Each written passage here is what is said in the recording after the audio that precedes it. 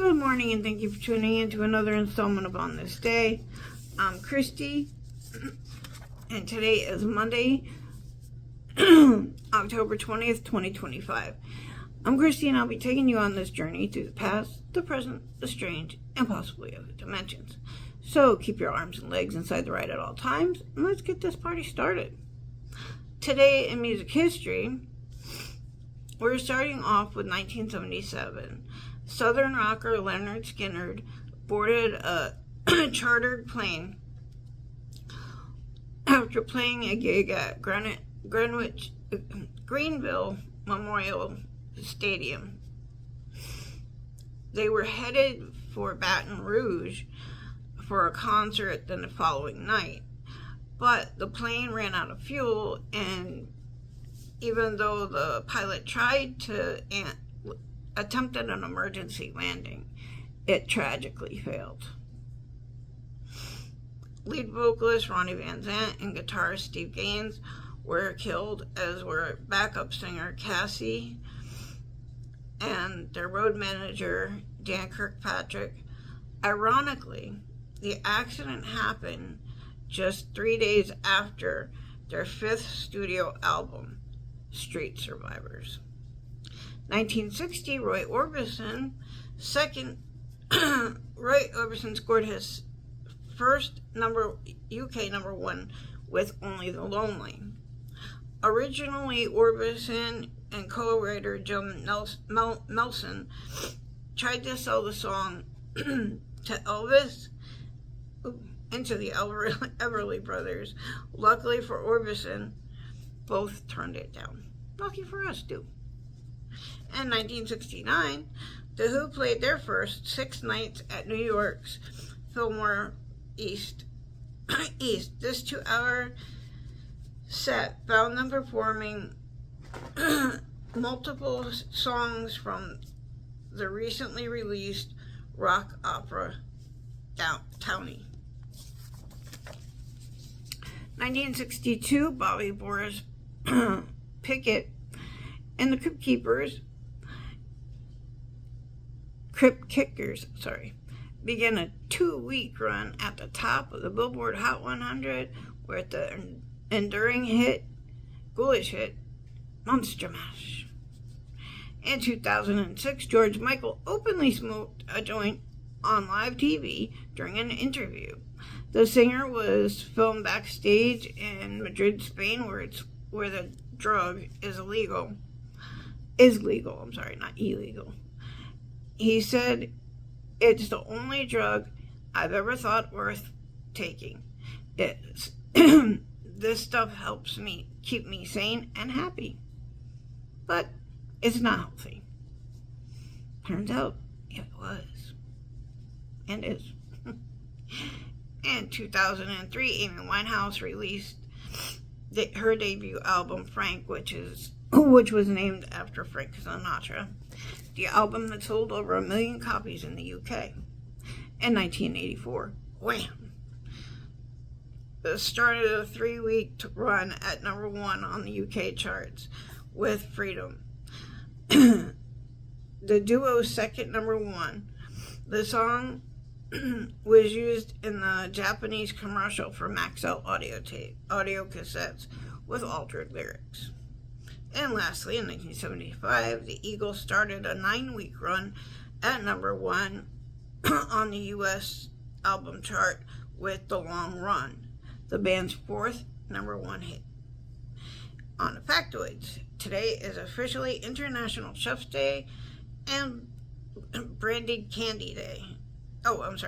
Fruit Day. And 2022, UK Prime Minister Liz Truss resigned after only 44 days in office, the shortest term ever in the history of that country. In 1998, a month after launching in Japan, Metal Gear Solid was finally playable by North Americans, PlayStation players. Metal Gear, labeled is consistently listed as one of the best and most influential video games of all times. Not only did it set the stealth genre of games up for success, but it also popularized the use of lengthy cutscenes to create a more cinematic in-game experience. 1975, the Soviet spacecraft Venera 9 went into Venus orbit, making it the first to do so. Also, same year, the U.S. Supreme Court ruled to allow teachers to spank children, even against their parents' wishes. In 1928, American pioneer aviator Noel Wine founded Alaska's first airline, Wine Alaska Air Incorporated. In 1864, Abraham Lincoln declared Thanksgiving Day a national holiday. The announcement came after decisively winning the Gettysburg Battle, and Lincoln felt there was much to be grateful for. In 1803, the United States ratified the Louisiana Purchase. The U.S. borrowed $15 million. I can only imagine how much that is today. From Great Britain to purchase the territory of Louisiana from France. The land measured 828,000 square miles, or 2,140 kilometers. Trivia. Question. In March 1979, where did a major nuclear accident occur? Answer. 3 Mile Island. A. Which U.S. state was in 1907 was the last to declare Christmas a legal holiday? Answer. Oklahoma. Question. The St. Valentine's Day Massacre took place in which city? Answer. Chicago. Birthdays. Excuse me. Snoop Dogg, 1971. Kamala Harris, 1964. John Krasinski, 1979. Candace Swampiel,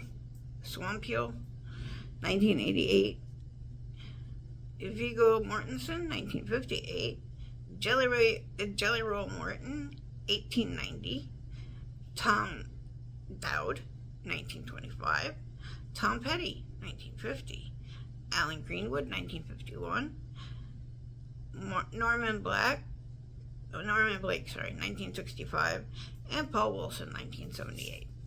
You can catch us here 7 days a week with Brian the Rock Stone on WCDI. And don't forget to check out the Top Rope Report every Sunday and Wednesday. Have a safe and great day, and see you Wednesday. Ciao.